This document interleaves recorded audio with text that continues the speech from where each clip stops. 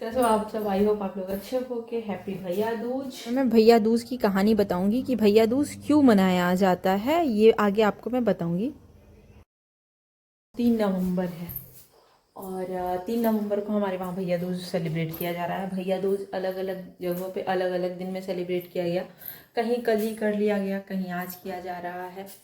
तो ऐसा सा कुछ सेलिब्रेशन अब हो रहा है त्यौहार का। दीपावली और छठ पूजा एक ही दिन होगी, बस गोवर्धन पूजा के दिन गोधन बाबा अलग अलग दिन कूटे जा रहे हैं। तो आइए हम आपको दिखाते हैं हमारे यहाँ क्या क्या हो रहा है गोवर्धन पूजा में, क्या क्या होगा यानी कि गोधन कुटाई में। तो फिर दिखाते हैं। यहाँ आटा गूंथ के रखा गया है दाल वाली पूड़ी के लिए, इतना सा। और ढेर खट्टा हलवा, ये दाल बॉयल करके रखा गया है। ये रखा गया है खीर बना के।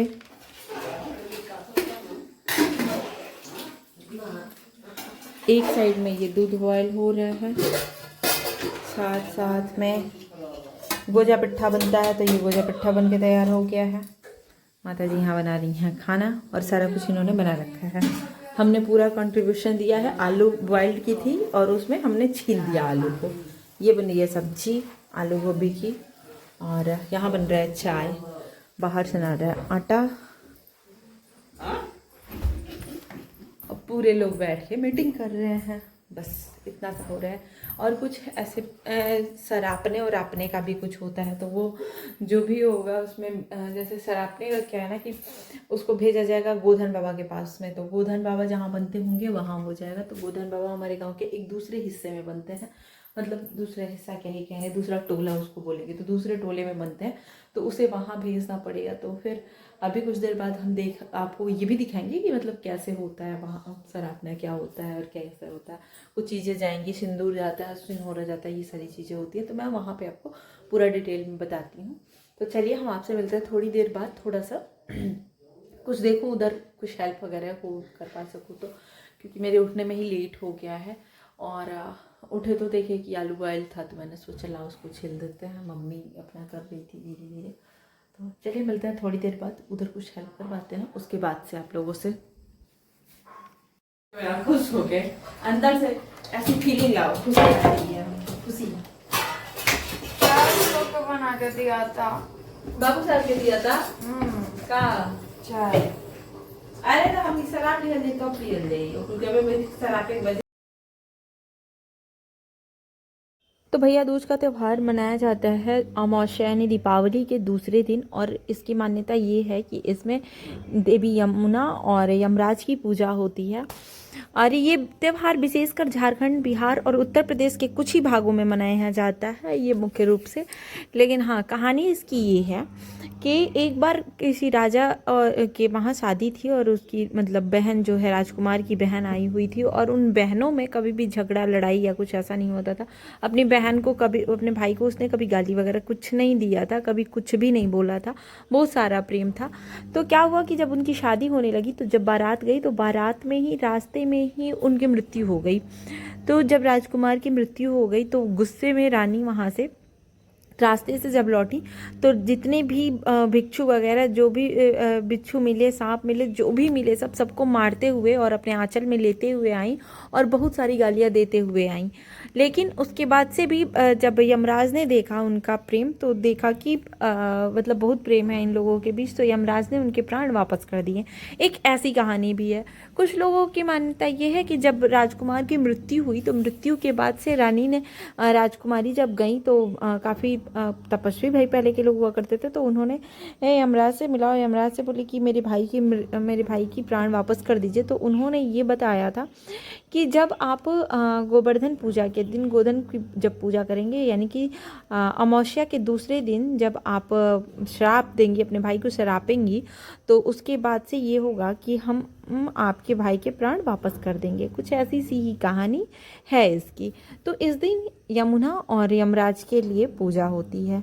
और साथ में गोवर्धन पूजा होती है, तो उसमें गोधन बाबा बनाए जाते हैं, गोबर के गोधन बाबा बनाए जाते हैं। उसके एक दिन पहले परुआ होता है। तो परुआ जो होता है उस दिन जिसके वहाँ भी गाय भैंस बैल बकरी वगैरह जो भी होती हैं, वो सारी चीज़ों का उनके वहाँ गोबर से बनाया जाता है परुआ। जैसे गोधन बाबा बनते हैं वैसे ही कुछ बनता है, और उसमें एक लंगड़ा बाबा पहरेदार वगैरह बनाए जाते हैं। तो ऐसा कुछ बनता है। यही सब लोग उस दिन से सारी बहनें भाइयों को शराबती हैं। तो आप लोगों को इससे क्या सीख मिली है? यही कि आप लोगों के लिए इसमें सबसे ज़्यादा सीखदायक बात यह है कि भाइयों को गालियाँ देते रहो, भाइयों को मारते पीटते रहो। अरे भाई, उसकी लंबी उम्र होगी उससे बड़ी। तो आप लोगों को जहाँ तक हमको लग रहा है कहानी समझ में आ गई होगी कि भाइयों के लिए क्या करना है।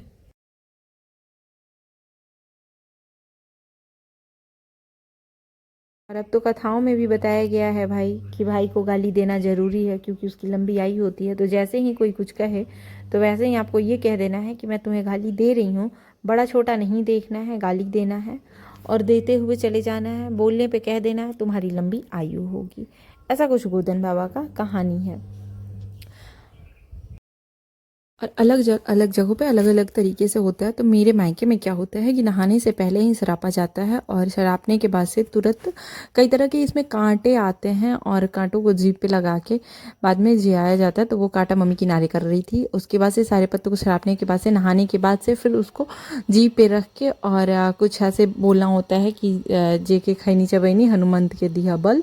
तो ऐसा कुछ होता है। कई जगहों पे अलग। मेरे ससुराल में होता है क्या कि नहाने के बाद से ही सरापा जाता है।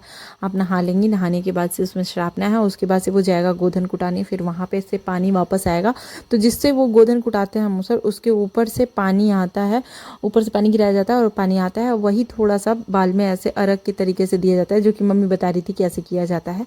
तो मम्मी के वहाँ भी ऐसा होता है, क्योंकि मेरे मम्मी का मायका जिधर है उधर मेरा ससुराल भी है। तो इस वजह से तो अलग अलग जगहों पे अलग अलग तरह की मान्यताएं और प्रथाएं होती हैं। कुछ कुछ दूरी पे ये सारी चीज़ें बदलती रहती है। लेकिन हाँ, बस एक ही चीज़ इसमें ये है कि गोधन कुटाता है, कुटाते सब जगह हैं। और इस बार तो इतना मतलब दिक्कत हो गई थी ना गोधन में। तो कोई बोल रहा था सैटरडे को, तो कोई बोल रहा था संडे को। और गजब तो तब हो गया जब मेरे फूफा जी बोल रहे हैं, मेरे फूफा जी के वहाँ बोले लो कि मंडे को कुटाएगा। तो ये दूज का कुछ दिन का जो नक्षत्र का टाइमिंग वगैरह था कि इस समय से इस समय तक का था, तो इस वजह से कुछ दिक्कतें इस तरीके की आ गई थी। तो मेरे ससुराल में हालांकि सैटरडे को ही कूटा गया था, और मेरे मायके में संडे को। तो ये संडे वाले दिन के मेरे ब्लॉग्स हैं। और हाँ, मेरा वीडियोस आप लोगों को अच्छा लग रहा हो, अगर इन्फॉर्मेटिव लगे, तो प्लीज़ हमारे वीडियोस को लाइक कमेंट और शेयर किया कीजिए। साथ साथ में ही अगर अच्छा लगे तो सब्सक्राइब भी कर दिया कीजिए। लेकिन हाँ, ये सारी चीज़ें आपके ऊपर है, अच्छा लगे तो ही। और जब मेरे सब्सक्राइबर्स कम होते हैं ना, तो मुझे ये नहीं लगता कि कभी घटते हैं कभी बढ़ते हैं। तो बढ़ते हैं तो चलो खुशी होती है, लेकिन घटते हैं तो भी मुझे खुशी ही होती है, मुझे कभी बुरा नहीं लगता। तो इसलिए मुझे बुरा नहीं लगता। इसका रीज़न ये है कि मैं ये सोचती हूँ कि चलो जिसने भी अनसब्सक्राइब किया होगा, या तो वो मेरे वीडियोज़ को देखते नहीं होंगे, तभी तो सोचा होगा ला फालतू में पड़े हुए हैं तो इनको अनसब्सक्राइब ही कर दूँ। तो किसी से जोर ज़बरदस्ती नहीं है कि मेरे चैनल को सब्सक्राइब करो या फिर देखो। तो हाँ, ये है कि अगर आपको अच्छा लगे तो सब्सक्राइब कर लेना, अच्छा लगे तो आप देखो ज़रूर। आई थिंक मैं चाहती हूँ, मैं कोशिश करती हूँ कि आप लोगों को इन्फॉर्मेटिव चीज़ें ही दिखाऊँ और दूँ, और अपनी डेली रूटीन्स क्या मतलब लाइफ की चीज़ों को आपके साथ शेयर करूँ। मुझे भी अच्छा लगता है। और इससे सबसे अच्छी बात होती है कि इसमें एक लॉन्ग टाइम मेमोरीज क्रिएट हो जाता है। तो ये सारी अब फिर पूड़ियाँ बनना स्टार्ट हो गया। हम लोग नहाए वहाँ, नहाने के बाद से पूड़ियाँ बनाना स्टार्ट कर दी है, क्योंकि अब पूड़ियाँ बनाना ज़रूरी था।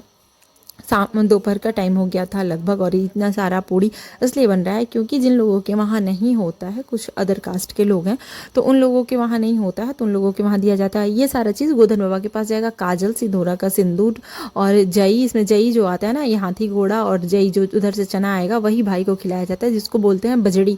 तो नेक्स्ट डे जैसे रक्षाबंधन होता है, वैसे ही इसमें भी यही होता है कि भाई के लिए लंबी उम्र की प्रार्थना की जाती है। और ये हमारे वहाँ से एक लड़की लेके जाती है, क्योंकि वो दूसरे टोले में बनाया जाता है, तो हम लोग उधर जाते नहीं हैं। और वो जो सरप हुआ था वहीं फेंक दिया जाएगा। कुछ ऐसा सा होता है गोधन और गोवर्धन पूजा, यानी कि भैया दूज। तो उसके बाद उधर से गोबर आएगा, उसका गोल गोल सा पिंडी बनेगा, और वो जो रहेगा वो चावल धान होगा, तो उसमें फेंका जाएगा। चलिए मिलते हैं नेक्स्ट ब्लॉग में।